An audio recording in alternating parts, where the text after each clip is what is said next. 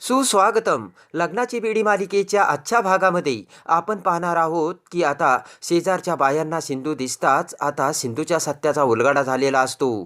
त्याच वेळेस पाठीमागून सावी तिथे येत बाय काकू असे काकूला बोलते तेव्हा सर्वांना मोठा धक्का बसतो आणि त्या बाया सावीला बघून म्हणतात की ही कुणाची मुलगी काकू. तेव्हा ऋतुजा म्हणते की ही आमची विनायकची मैत्रीण आहे.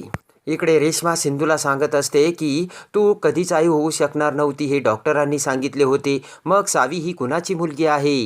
तर सिंधू ही रेश्माकडे बघून तशीच जाऊ लागते. तेव्हा रेश्मा म्हणते की 1 मिनिट सिंधू, तू तशीच बाहेर जाऊ नकोस कारण काकूच्या मैत्रिणी आल्यात. रेश्मा म्हणते की काकूंनी तेव्हा तुला इथेच थांबायचं सांगितलं. तर सिंधू म्हणते की मी आता या घरची सून नाहीये सर्वांचे इन्स्ट्रक्शन पाळायला. तेव्हा रेश्माला मोठा धक्का बसतो. सिंधू म्हणते की फक्त मी इथे डॉक्टर म्हणून आलेत आणि माझी मुलगी बाहेर वाट बघते तेव्हा मला जायला हवं. तर सिंधू ही लगेचच बाहेर येते तेव्हा शेजारच्या त्या बायका सिंधूला बघतात आणि मोठ्या डचकतात. एक बाई म्हणते की ही तर ॲक्सिडेंटमध्ये गेली होती ना, मग इथे कशी सिंधू. तेव्हा दुसरी बाई म्हणते की खरं काय आणि खोटं काय आता यांनाच माहिती. तेवढ्यात ऋतुजा म्हणते काय बोलताय तुम्ही, ही बातमी खरी होती आणि ही जिवंत आहे हे आत्ताच आम्हाला कळतंय. त्या बायका आपापसात बोलू लागतात आणि चित्रपटात जे होतंय ना तेच इथे घडू राहिलंय आणि आता बिचारी ही सिंधू काय करील. दुसरी बाई म्हणते की काकू मग राघवची खरी बायको कोण, सिंधू की राणी. तेव्हा काकू राघवची खरी बायको राणी असल्याचे सांगते. मग ती बाई म्हणते की ही सिंधू इथे काय करते. तेव्हा ऋतुजा म्हणते की तुला काय करायचं ग, तू काय आमच्या घराच्या ही पंचायती करायला आली का इथे. ते ऐकून एक बाई म्हणते की पहिली बायको जिवंत असताना मुलाचं दुसरं लग्न लावून द्यायचं ही आमच्याकडे पद्धत नाहीये.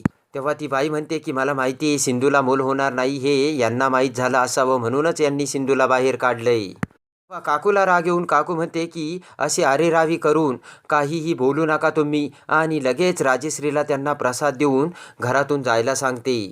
तेव्हा त्या बायका तशाच निघून जातात. तर काकू रागाने सिंधूकडे बघत म्हणते हे सर्व तुझ्यामुळे झालंय.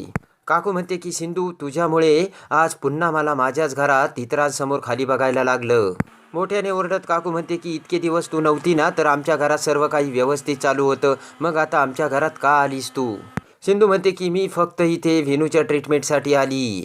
तेव्हा हिचा माज तर काही उतरत नाही असे काकू सिंधूला बोलते. तेव्हा सिंधू म्हणते की स्वाभिमान कधीच विकता येत नाही काकू.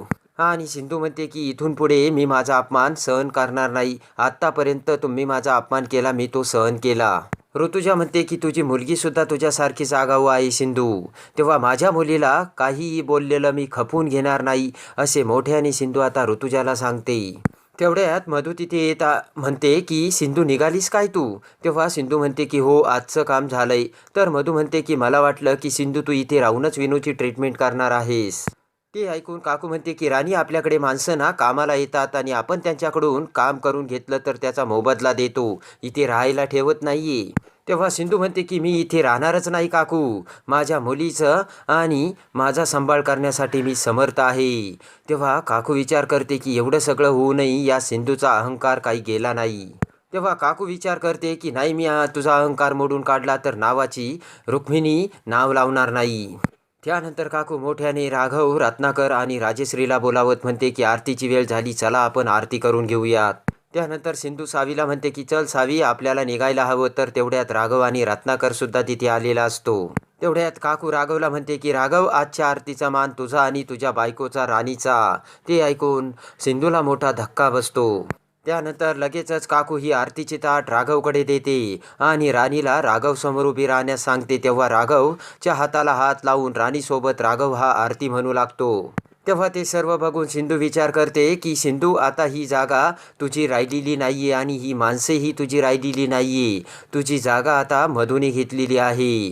ते सर्व आता सिंधूच्या डोळ्यासमोर येते. त्यानंतर मधू ही सर्वांना आरती देते आणि सावी आणि सिंधूला सुद्धा आरती देते. तेव्हा आरती घेऊन लगेचच सिंधू आणि सावी गणपती बाप्पासमोर येतात आणि हात जोडून गणपती बाप्पाची प्रार्थना करतात. तर लगेचच सिंधू म्हणते की येतो बरं का आम्ही. तेव्हा राघव म्हणतो की मधू आजच्या दिवशी कुणालाही तसंच जाऊ देऊ नकोस, सर्वांना प्रसाद दे. तेव्हा सिंधू मधूला म्हणते की मी फक्त प्रसाद घेईन पण जेवायचा आग्रह करू नका. तेवढ्यात विनू तिथे येतो आणि सिंधूला म्हणतो की डॉक्टर काकू आणि सावी तुम्ही कुठे चाललात. तेव्हा विनू म्हणतो की बाबा, डॉक्टर काकू आणि सावी आपल्यासोबत राहू शकतात ना? तर राघव हा विनूला मान डोलावतो. काकू म्हणते की अरे विनू, आपण फक्त आपल्या फॅमिलीसोबतच राहू शकतो ना? तर विनू म्हणतो की मग डॉक्टर काकू आणि सावीसुद्धा माझ्या फॅमिली आहेत. काकू म्हणते की विनू, अरे आपलं आडनाव काय आहे? तेव्हा विनू म्हणतो की आपलं तर रत्नपारखी आहे आणि सावीचं सावंत. तेव्हा राजेश्री म्हणते की विनू, असा हट्ट आणि आग्रह करायचा नसतो. विनू म्हणतो की डॉक्टर काकू, तुम्ही जर इथं राहिल्या तर मला सावीसोबत दिवसभर खेळता येईल. तेव्हा सिंधू म्हणते की विनू, तू चांगला मुलगा आहेस ना, मग असा हट्ट नाही करायचा. तेव्हा ते सर्व बघून मधू म्हणते की मामी, विनूचा खूप हट्ट आहे. तेव्हा सिंधूला आणि सावीला राहू द्या ना इथेच. तर विनूसुद्धा म्हणतो की डॉक्टर काकू प्लीज नका ना जाऊ. तेव्हा सिंधू ही विनूकडे आणि सगळ्यांकडे बघू लागते. तेव्हा नाविलाजाने सिंधू ही सावीसोबत तिथेच थांबते. त्यानंतर आता विनूच्या बेडरूममध्ये येत कसं चालायचं आणि कसं पायावर उभं राहायचं हे सिंधू आता विनूला शिकवू लागते. त्यानंतर सिंधू म्हणते की विनू, आता एक एक पाय हळूच पुढे टाकायचा. सावी म्हणते की विनू, तू जर आईचं ऐकलं ना, आई तुला चॉकलेट देईल. तर तेवढ्यात काकूसुद्धा तिथे येऊन तो सिंधूची विनूची ट्रीटमेंट बघत असते. तर विनू हा पुढे पाय टाकत असताना पुन्हा विनूचा तोल जाऊन विनू खाली पडतो. तर काकू तोंडाला हात लावते. मधू विनूला धरण्यासाठी येऊ लागते. तेव्हा सिंधू म्हणते की 1 मिनिट तुम्ही थांबा, मध्ये येऊ नका. त्यानंतर सिंधू म्हणते की विनू, तुला थोडा त्रास होणार आहे, पण आपण प्रयत्न सोडायचे नाही आणि हार मानायची नाही. तेव्हा काकू म्हणते की राणी, बघ ना तू, या सिंधूने तुझ्यावर काय जादू केली आणि अजूनही तिने इथेच थांबावी अशी तुझी इच्छा आहे का? तेव्हा मधू म्हणते की मामी, करू द्या ना सिंधूला प्रयत्न. त्यानंतर सिंधू म्हणते की उठ विनू आणि माझा हात धरून चालण्याचा प्रयत्न कर. तर विनू हा सिंधूच्या हाताला धरून चालू लागतो. तेव्हा विनूला खूप त्रास होऊ लागतो. तर काकूच्या डोळ्यात पाणी येते आणि काकू म्हणते की राणी, विनूच्याने हे सर्व होणार नाहीये, प्लीज थांबव त्याला. तर लगेचच सिंधू मधूला म्हणते की मिसेस रत्नपारखी, या मॅडम जर मध्ये मध्ये बोलणार असतील ना, तर माझी ट्रीटमेंट पूर्ण होऊ शकत नाही. यांच्या बोलण्यामध्ये ट्रीटमेंटला अडथळा येतो. तेव्हा प्लीज यांना बाहेर थांबायला सांगा. तेव्हा काकूला मोठा धक्का बसतो. तेव्हा मधू काकूला विनूसाठी बाहेर जाण्यासाठी सांगते. तेव्हा नाविलाजाने काकू ही बाहेर जाते. त्यानंतर सिंधू पुन्हा विनूला उठवते आणि तिच्या हाताला धरून चालण्यासाठी सांगते. तर विनू हा चालू लागतो. तेव्हा मधूला मोठा आनंद होतो. तेव्हा विनूला हळूहळू चालण्यासाठी जमतं. तर सावी आणि विनू खुश होतात. तेव्हा सावी म्हणते की विनू, अशीच दररोज थोडी थोडी प्रॅक्टिस करायची. तर विनूसुद्धा खूप खुश झालेला असतो. तेव्हा विनू म्हणतो की डॉक्टर काकू, तुम्ही जे सांगताल ते मी करील. तेव्हा सिंधू म्हणते मग तू लवकरच बरा होशील. तर विनू हा सिंधूकडे बघत हसू लागतो.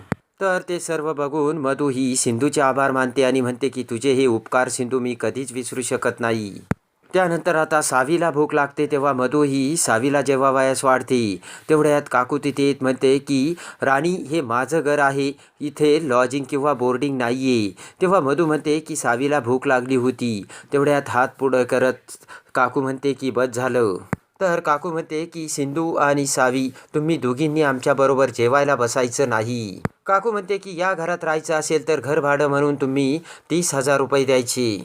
त्यानंतर सिंधू ही राघवकडे येते आणि राघवला पैसे देत म्हणते की हे घ्या पैसे, माझ्या मुलीचे जेवणाचे पैसे. तेव्हा राघव म्हणतो की तुमची मुलगी या घरामध्ये जेवली आहे, कुठल्या रेस्टॉरंटमध्ये नाही जेवली ती. तेव्हा सिंधू म्हणते की हे घर माझं नाही आहे आणि मी माझ्या मुलीचा सांभाळ करू शकते. सिंधू म्हणते की मला कुणाच्याच मदतीची गरज नाही. तेव्हा राघव हा सिंधूकडे बघू लागतो. तर सिंधूने सुद्धा आता स्वाभिमान दाखवून राघवला पैसे दिलेले असतात. तेव्हा आता खरे सत्य समोर येऊन राघव हा सिंधूचा कसा होतो आणि सावी आणि विनूच्या नात्याचे सत्य कसे बाहेर येते हे बघण्यासाठी आणि लग्नाची बीडी मालिकेच्या डेली अपडेटसाठी आपल्या चॅनलला लाईक करा, सबस्क्राईब करा.